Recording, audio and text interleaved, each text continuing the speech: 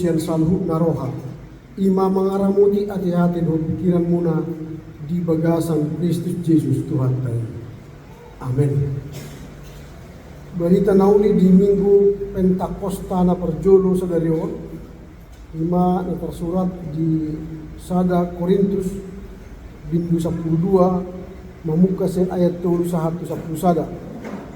Usaha masian bahasa Indonesia terjemahan 2 Sorong Mahatana.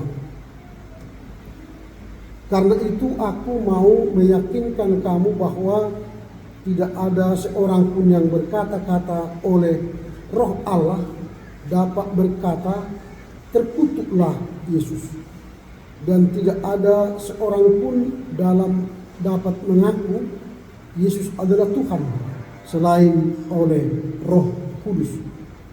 Ada berbagai karunia tetapi satu Roh. Ada berbagai pelayanan tetapi satu Tuhan. Ada pula berbagai kegiatan tetapi Allah yang sama juga yang mengerjakan semuanya dalam semua orang. Kepada tiap-tiap orang dikaruniakan pernyataan roh untuk kepentingan bersama. Sebab kepada yang seorang roh memberi kata-kata hikmat, dan kepada yang lain roh yang sama memberi karunia berkata-kata dengan pengetahuan. Kepada yang seorang roh yang sama memberikan iman, dan kepada yang lain ia memberikan karunia untuk menyembuhkan. Kepada yang seorang roh memberikan kuasa untuk mengadakan mukjizat, dan kepada yang lain ia memberikan karunia untuk bernubuat, dan kepada yang lain ia memberikan karunia untuk membedakan bermacam-macam roh. Kepada yang seorang ia memberikan karunia untuk berbicara dengan bahasa lidah, dan kepada yang lain ia memberikan karunia untuk menafsirkan bahasa lidah itu. Namun semuanya ini dikerjakan oleh Roh yang satu dan yang sama, yang memberikan karunia kepada tiap-tiap orang secara khusus seperti yang dikehendakinya. Demikian firman Tuhan. Mari kita sambut dengan nyanyian.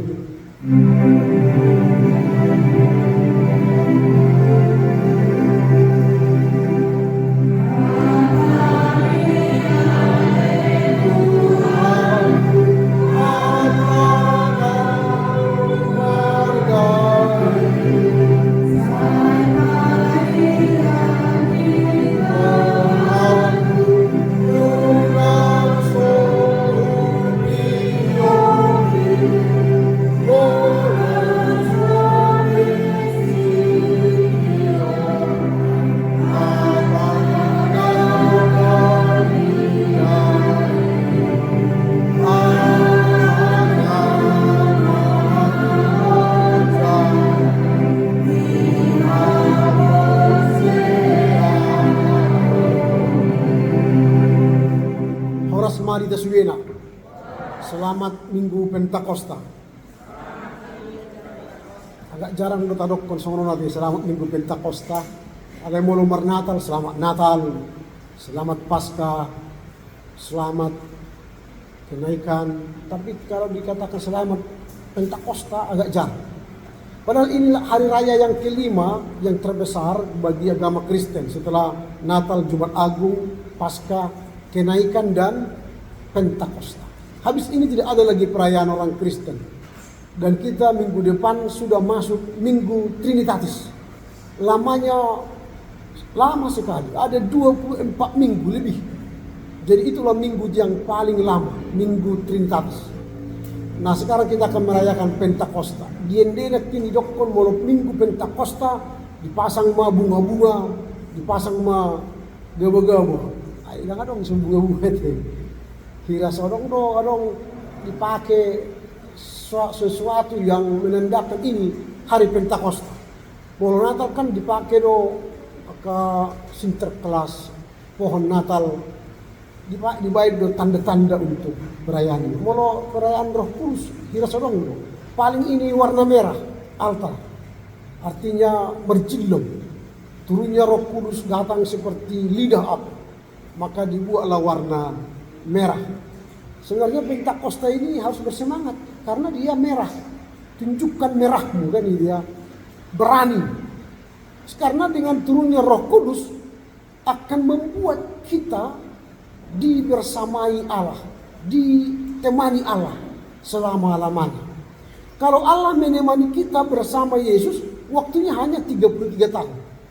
Dia lahir, lalu kemudian besar, mengajar, mendidik, lalu dia mati, dikuburkan, lalu bangkit, dan naik ke surga.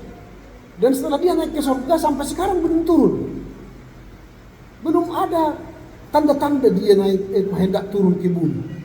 Tetapi ketika dia naik ke surga, dia berkata, aku tidak akan meninggalkan engkau seperti yatim piatu. Tapi aku akan meminta kepada Bapa supaya Bapa memberikan penolong yang lain, yaitu Roh Kudus. Ini menarik. Kami kemarin di persekutuan perempuan Jericho sudah saya jelaskan apa itu penolong yang lain. Dalam bahasa Yunani ada kata yang lain itu dengan kata yang pertama heteros. Heteros artinya berbeda dari yang pertama. Misalnya, aku memberikan kepadamu misalnya apel dan yang lain. Kalau heteros, apel dan mangga atau jeruk berarti berbeda dengan yang lain. Heteros. Yang kedua alon. Alon itu sama seperti yang pertama. Jadi kalau saya memberikan kepadamu apel, misalnya apel Malang, maka yang lain saya kasih kamu apel Amerika. Arti apel sama apel. Sama. Nah, kata yang digunakan penolong yang lain bukan heteros yang berbeda, tapi alon yang sama. Berarti Yesus naik ke surga, dia meminta kepada Bapa penolong yang lain yang sama dengan dirinya. Yang sama dengan dirinya, baik kealahannya, kuasanya, kekuatannya sama.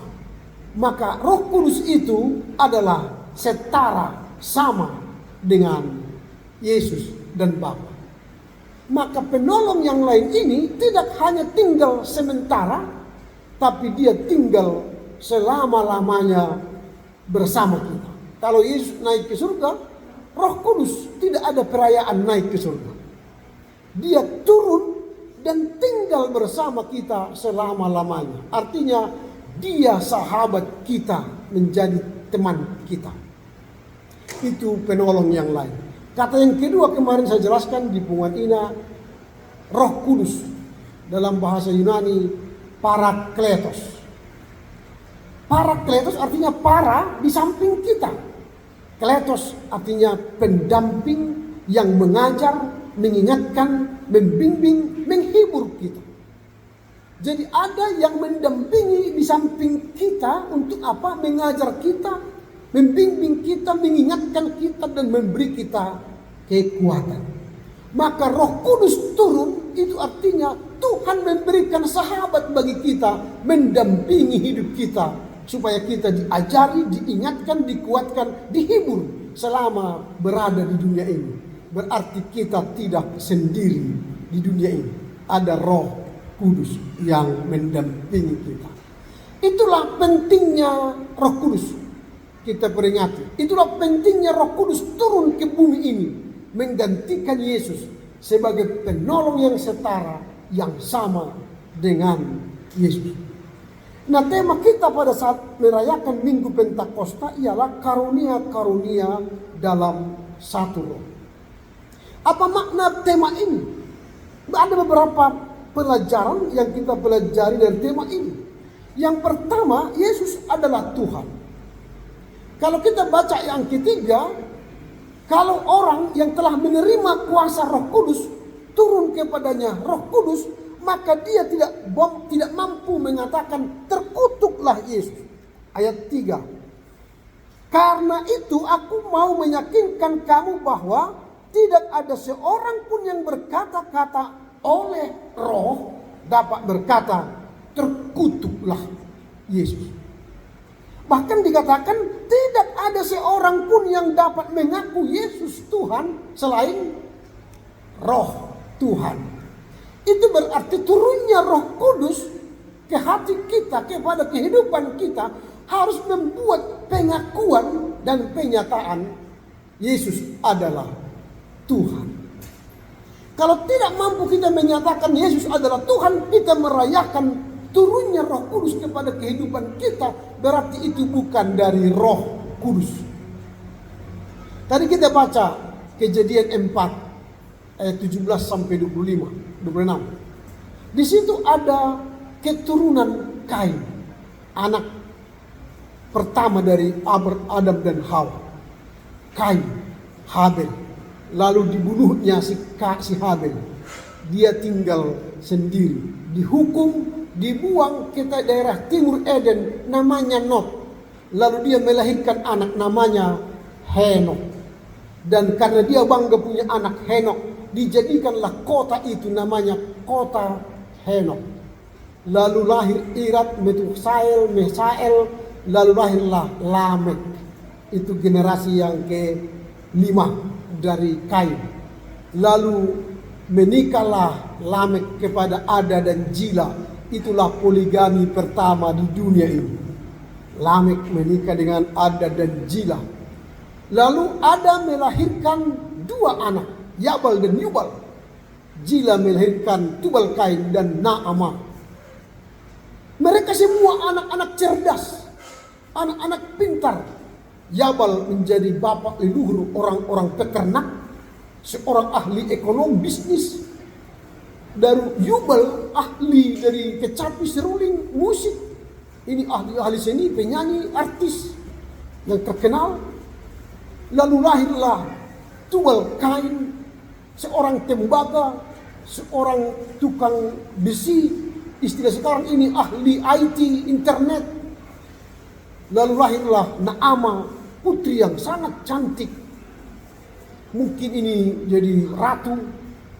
Itulah anak-anak Kain.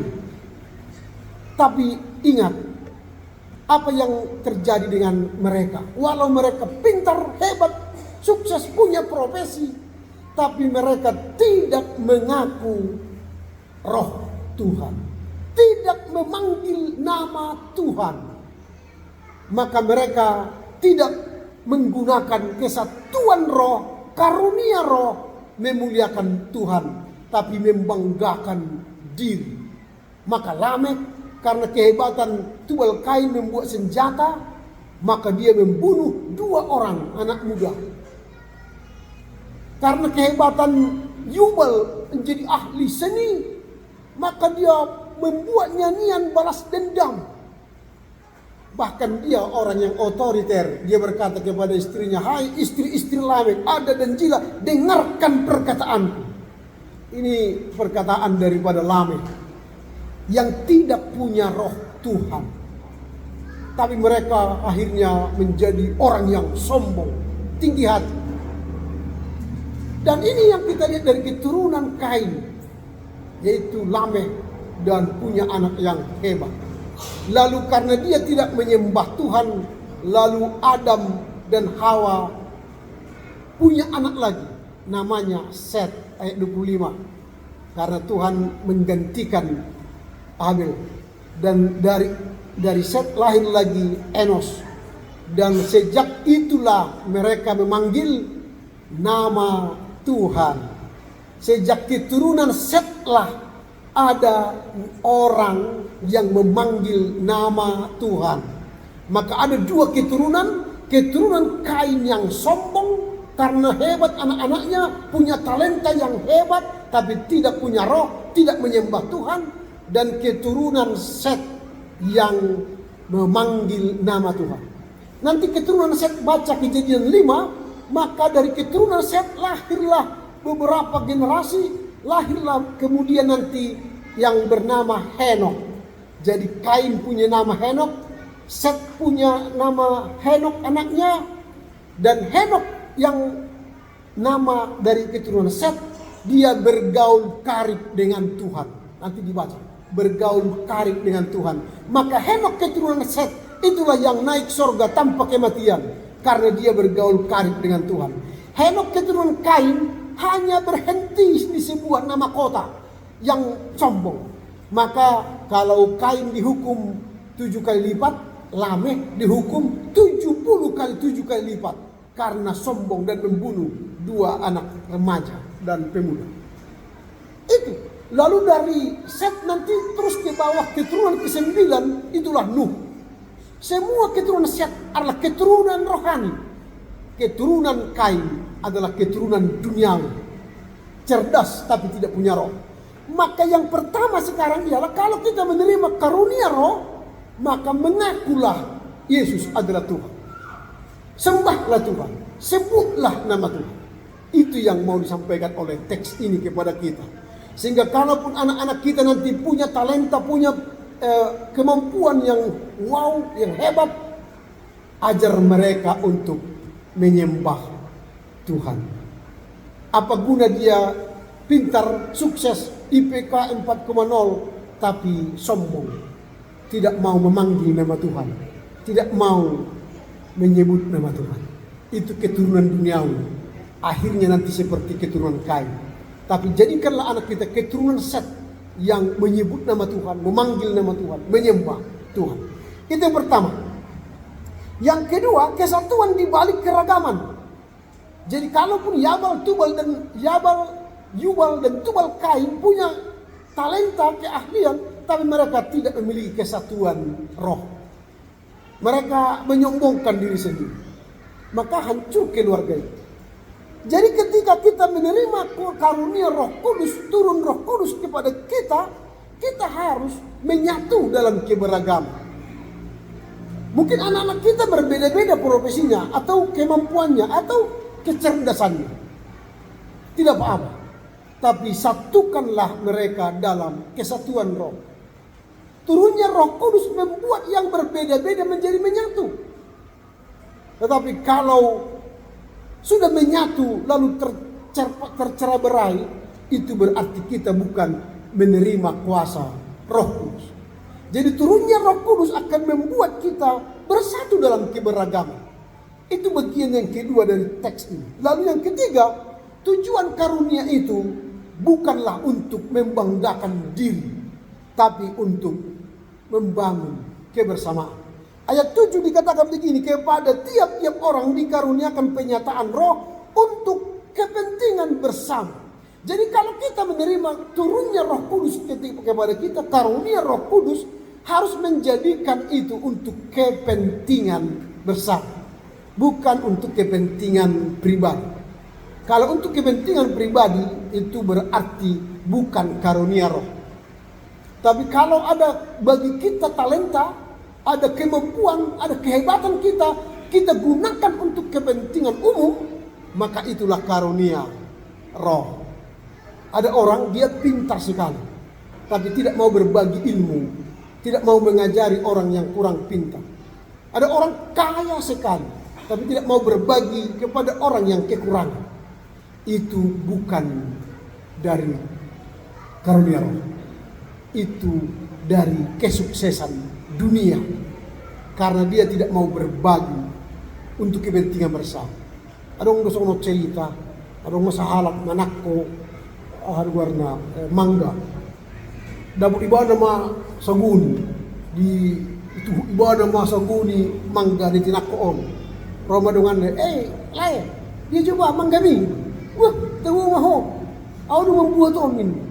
Tahu maho mangatok ko aku ngahubuat na kisanan. Hindi ba? Dahil ni mana. Sedangkan manggana takko beda ngolo berbagi. Apalagi mau manggana sendiri. Ngaporat kan. Manggana takko beda ngolo ni mana berbagi dosa. Apalagi mau manggana sendiri, berarti tidak terjalo menaknasan ni bang. Itu banyak sekali seperti itu di dunia ini. Dia tidak menyadari karunia dunia. Boleh saja dia punya mangga 1 karung. Satu keluarga bisa makan 3 hari. Tapi mungkin habis makan mangga 3 minggu di rumah sakit kan. Untuk apa? Tapi kalau mangga itu menjadi kepentingan bersama dari hasil sawah ladang kita bagi ke orang, mungkin kita tidak kekurangan. Kita beri senda sautihi tapi tidak kekurangan. Itu baru karunia roh. Maka nanti ujilah diri kita, di mana posisi kita sekarang. Kesuksesan dunia kah atau dalam posisi memiliki karunia Roh Kudus. Itu yang ketiga. Yang keempat, kita memiliki kedaulatan roh dalam pembagian karunia. Jadi yang membagi kedaulatan pembagian karunia itu bukan kita. Kedaulatan membagi karunia-karunia itu bukan kita. Itu dari roh. Jadi misalnya begini, Tuhan berikanlah aku karunia supaya pandai bernyanyi. Tuhan dengar. Tapi kita tidak pernah datang song leader, tidak pernah belajar core, tidak pernah belajar vokal suara. Malah kita pergi kursus menjahit misalnya. Atau main bola, atau memancing. Apakah Tuhan mewujudkan karunia itu? Tidak. Jadi kalau kita minta karunia, kerjakan karunia itu. Tuhan, aku ingin menjadi singer, maka pelajarilah bagaimana cara bernyanyi, mengucapkan gitu kan. Jadi pandailah bernyanyi kan. Ini sudah menjadi song leader. Gak kedengaran kan. Itu contoh. Jadi kalau kita misalnya ingin karunia mengajar, menjadi guru TK, guru SD, SMP, guru SMA, tapi tidak mau belajar jadi guru, dia masuk mendaftar ke perguruan tinggi Fakultas Teknik Elektro, tapi mau guru, ya mana mungkin. Mau guru harus ke keguruan FKIP Najolo. Ini masuk dia ke ilmu sakta, eksak. Mana bisa jadi guru? Itu peneliti. Ini contoh, kadang-kadang kita meminta, tapi berbeda yang kita lakukan dari yang kita minta. Maka karunia itu tidak klop. Maka ini dikatakan kedaulatan roh menentukan karunia yang dimiliki, yang kita dapat. Inilah yang dalam rangka merayakan Pentakosta ini, hati-hati. Apa yang kita minta, maka pelajari. Tuhan, berikanlah hambamu ini karunia berhikmat berkata-kata. Maka pelajarilah menjadi public speaking. Bagaimana cara berbicara. Jadi public speaking itu jangan begini berbicara. Jadi kamu ngomongin kamu menang nabuh HP. Itu bukan public speaking ini. Kalau dia mau bicara, jangan hambat ini. Ya begini. Supaya dia punya karunia berhikmat ketika berbicara. Nah ini contoh-contoh kedaulatan roh. Nah sekarang apa yang menjadi kita renungkan, kita pulang dari gereja ini dalam rangka merayakan hari Pentakosta, apa yang mau kita renungkan, lakukan dalam kehidupan sehari-hari. Yang pertama, hentikan kasta rohani dalam gereja. Ada gereja yang menganggap karena dia dekat dengan Roh Kudus, merasa dirinya lebih rohani dari yang lain. Maka dia sombong rohani. Hati-hati. Pencurahan Roh Kudus tidak membuat kita menjadi sombong rohani, hibrid rohani. Tapi kita menjadi orang yang rendah hati. Jadi hilangkan kasta-kasta. Aku ini lebih rohani, dia tidak rohani, dia rohani. Kira-kira begitu ya. Atau kita pakai dengan simbol-simbol. Kalau saya pendeta, saya pakailah jubah hitam, saya pakai setora, sayalah yang lebih tinggi rohaninya daripada kalian. Atau kalau kami sintua pakai setora, pakai jubah, atau pakai jas, pakai dasi, jemaat hanya datang pakai batik, lalu jemaat merasa kamilah yang kurang rohani. Tidak. Di gereja tidak ada kasta rohani. Pencurahan Roh Kudus membuat kita sama rata. Tujuannya yang harus sama. Kita ada dalam satu roh, satu Tuhan, satu kesatuan yang utuh. Kalau kita baca ayat yang keempat, ada berbagai karunia, tetapi satu roh. Ada berbagai pelayanan, tapi satu Tuhan. Ada pula berbagai kegiatan, tapi Allah yang sama juga yang mengerjakan semua di dalam semua orang. Nanti kalau kita baca dari ayat 8 sampai ayat 11, ada banyak di situ karunia. Ada 9 karunia, nanti dibaca. Tapi jangan ketika kita memiliki karunia, maka kita sombong rohani. Jangan. Hentikan kasta rohani di gereja. Yang kedua, kesatuan di tengah polarisasi dunia.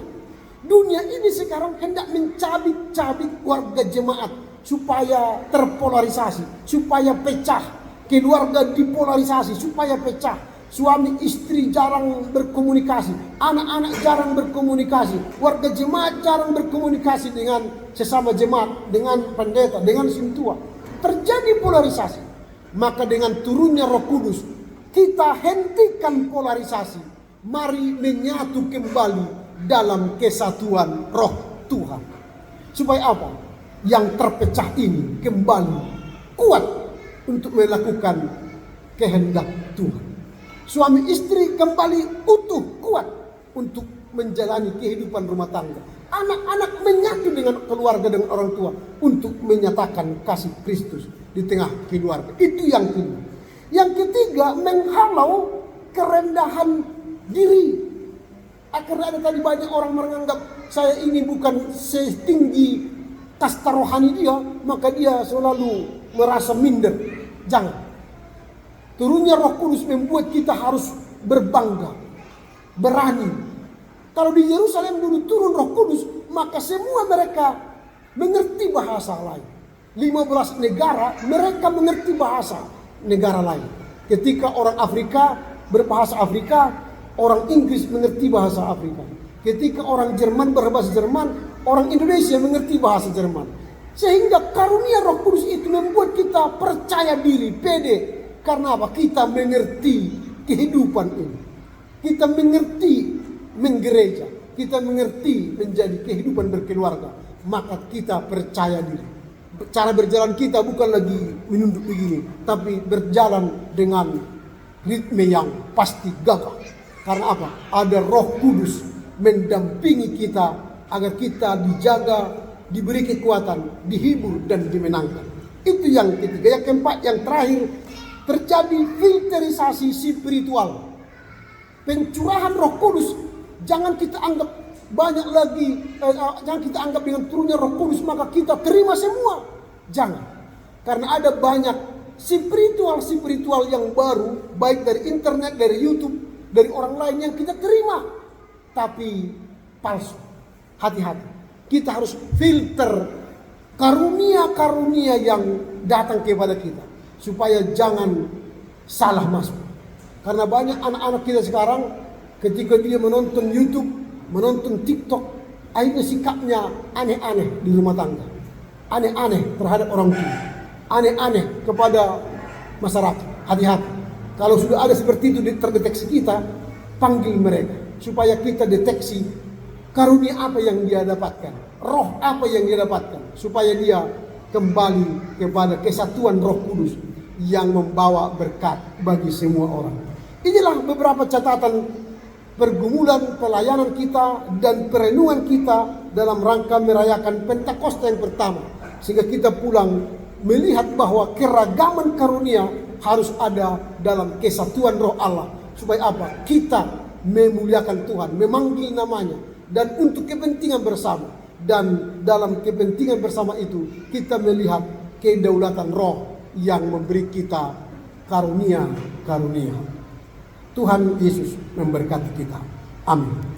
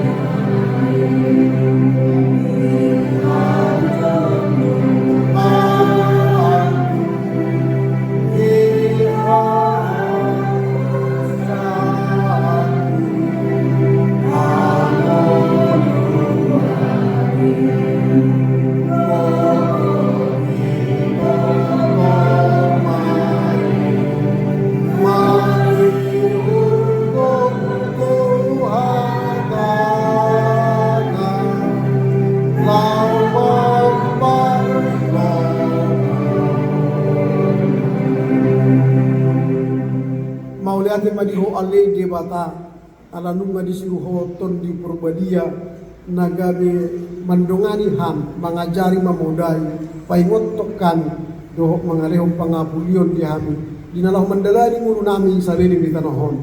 Idongani ton di ido hami habe laho mandalani ari-ari ni nguru nami. Marhite-hite haroro ni ton di Purbadia tu Portibion. Minuci maho ale ton di Purbadia ala rap hodot hami mendongani hami di parukilon di partok tangan di perdalanan ni nguru nami keluarga gereja doon masyarakat. Atong sa ilong marihami dami na sumurong hasatiyaw asarap hamin hoto horap doon hami di sude panggulmiton ni nguru nami. Oday hami molotong galehan jaladungani hami molotong hami maralo at kamuso nami. Asimor hami aleton di Purbadia sa hatu ujung ni nguru nami rak maho rak doon hami. Atong umatang yang nami ali Tuhan jaloma araw sumbog kami mga sahon Jesus Kristus doon di Purbadia. Amen.